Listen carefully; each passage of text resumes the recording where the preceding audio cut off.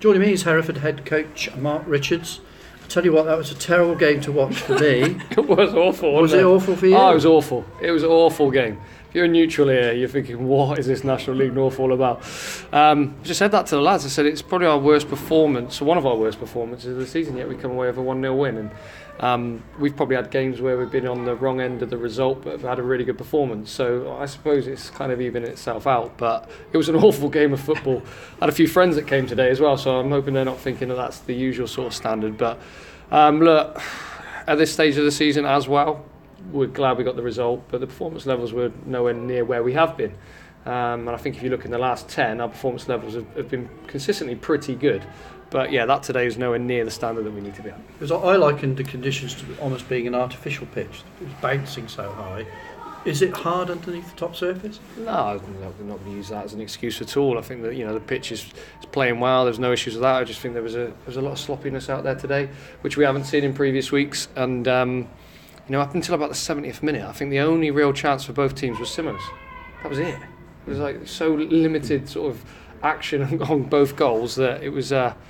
It would have been a poor game to watch from a neutral perspective. So, would you have liked somebody to seize the initiative and take control of that game, try and bring it down under control and dictate from there? I don't think that people weren't trying to do that. You look at Tommy O'Sullivan in the middle of the park. The class that he's got and the quality that he brings. Look at young Jack Hickman who's come in today and has been absolutely excellent. So there's some real positives to take from the game. It just seemed to be we just lacked a little bit of energy, a bit of enthusiasm, a bit of playing on the front foot, but we've managed to find a way to win 1-0, which is extremely pleasing. Return for James Veselovsky? Yeah, it's superb. Just making sure that obviously we sort of bed him in slowly, if you like, in terms of just playing about 55-60 minutes. But it's great to get him back. You saw the sort of quality he brings and the composure and the experience. So yeah, really, really pleased for him. He's been working his socks off in the background, so great to get him back involved. And a bit of skill and energy I felt on the left-hand side from Carl Finn. Did he come off with cramp at the end? Yeah, I think he'd run that much that he came off with cramp. So it wasn't a hamstring pull or anything like that. But he probably got through that much yardage that he was starting to feel it in his hamstring. So again, he was probably the liveliest one of our front four, if you like, in terms of when you look at who was up there. A few boys just weren't maybe on it as much as they have been in previous weeks, but pleased to get that important 3 points at this stage of the season. If there was any anxiety amongst the players and that made its way through onto the pitch today, there'd be no chance of that against Tuesday against Brackley, because that's a different cat of fish altogether. Yeah, they're flying, aren't they? The top of the form table. I think they will beat Kitty today as well. So they're a well-drilled, very efficient team at this level, and that's why they're up there and thereabouts in the top 3 or 4. So it's going to be really tough Tuesday, obviously, to back this up. But hopefully, we can only go in one direction from a performance levels perspective. So the lads know that, and I'm pleased with the points. Disappointed in the performance, but I would take that. Will James Waite be available on Tuesday after that knock on his knee? Well, it's not a knock on his knee, but it's something that's obviously ruled him out of the under-21 Wales camp, which he's gutted as well. And his attitude's been first class, and so frustrating after the suspension to not get him back involved. But Cardiff ruled him out. They will look at him the next few days to see whether he can be involved in some part Tuesday. And we're really looking forward to getting back as soon as possible, because he does give us that extra bit of quality, energy, and obviously that end product as well. So it is a real challenge to face. You've got some big teams coming up, or rather sides at the top of the table. Yeah, and I think that'll suit us, to be perfectly honest. I think sometimes Nuneatons, your Ashtons, your FC Uniteds, the teams in and around you are probably the hardest games to play in, because I think there's an expectation there too that you should come out with the right result, and it's not that easy. And you saw that today. It was so cagey. We talked about it. It was just such a cagey game, and it was sloppy, and it's probably one that we didn't necessarily deserve the 3 points. A draw might have been a fair result, but I was trying to think of actually how many chances they had, and I can't really think of any significant chances that Matt Yates had to pull off a save, or we've had to have a goal line clearance. So from that perspective, and a clean sheet, that's really good.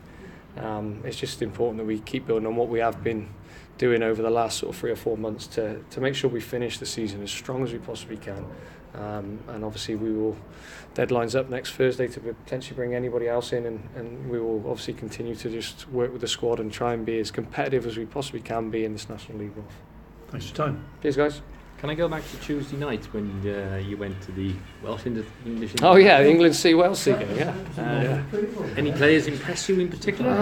It was good competitive game. Obviously finished 2-2. It was great to see the Salford setup. To be perfectly honest, I'd been there 4 or 5 years ago when it was kind of coming up through the National League North, and it's just changed so much. You know, it's got a really good feel and really good vibe to it. But yeah, there was some impressive performances. I know a lot of the players involved in both the England and the Wales teams, so we're aware of the players, if not actually knowing some of the players. So it was just a good opportunity to go and see, I suppose, what the England C and Wales C setup feel that are the strongest players, you know, within non-league. Because the Welsh side would be mainly out of the Welsh Premier League, I presume. Yeah, predominantly were. Yeah, maybe all of them were actually. Just trying to think of anybody playing in the English system, but most were in the Welsh Premier League. Yeah. Which would be a possible target, perhaps 1 or 2 from there, or if they took you on. You know what? We would look at any league, any division, possible to get any players in. So yeah, the Welsh Premier League is an area that we would look at, but that wouldn't sort of restrict us to looking at any other league where we could potentially get good players to come and add to what we've already got. How much pressure does the last 2 wins take off the side coming into the final couple of games with it? Yeah, I can't speak for the players because, you know, I suppose that's part of my job is to try and take that away from them. And I don't necessarily feel it was the pressure that got to them today of why the performance levels weren't there. It just felt like a really flat game. It felt like an end of season game where there was nothing really on it. That's the kind of feeling I got on the side. There was nothing to get everybody going. You know, they needed like a decent 50-50 or a goal to get everybody sort of playing properly. So I can't really put my finger on it for tonight or this afternoon, but yeah, I don't necessarily feel that they've been feeling the pressure, but it's very individual, isn't it? So some individuals might feel it more than others, but you know, we try and obviously negate that as much as we possibly can. Were you surprised by that? Because Guiseley are obviously scrapping for their lives, so to come here and play that sort of way was a bit of a surprise. Yeah, again, I think from their perspective, you know, they needed the points probably more than we did in terms of league position, but you know, it is so tricky. You know, the quality usually in these games is it can go anywhere. You see the results week in, week out, don't you? Of a surprise result from a team near the bottom would be beating a team near the top.